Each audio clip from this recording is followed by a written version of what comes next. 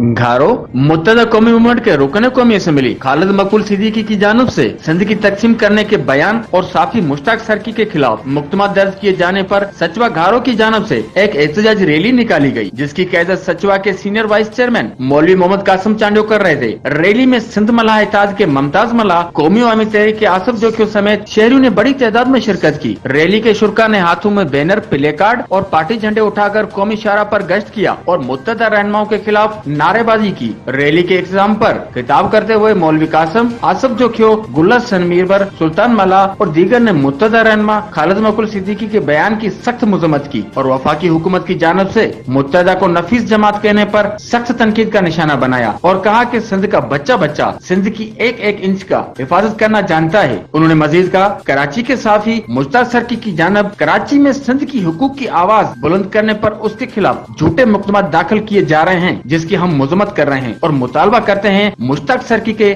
मुकदमात वापस लिए जाएं। कैमरा टीम के साथ मोहम्मद अली मल्ला, राज न्यूज घारो।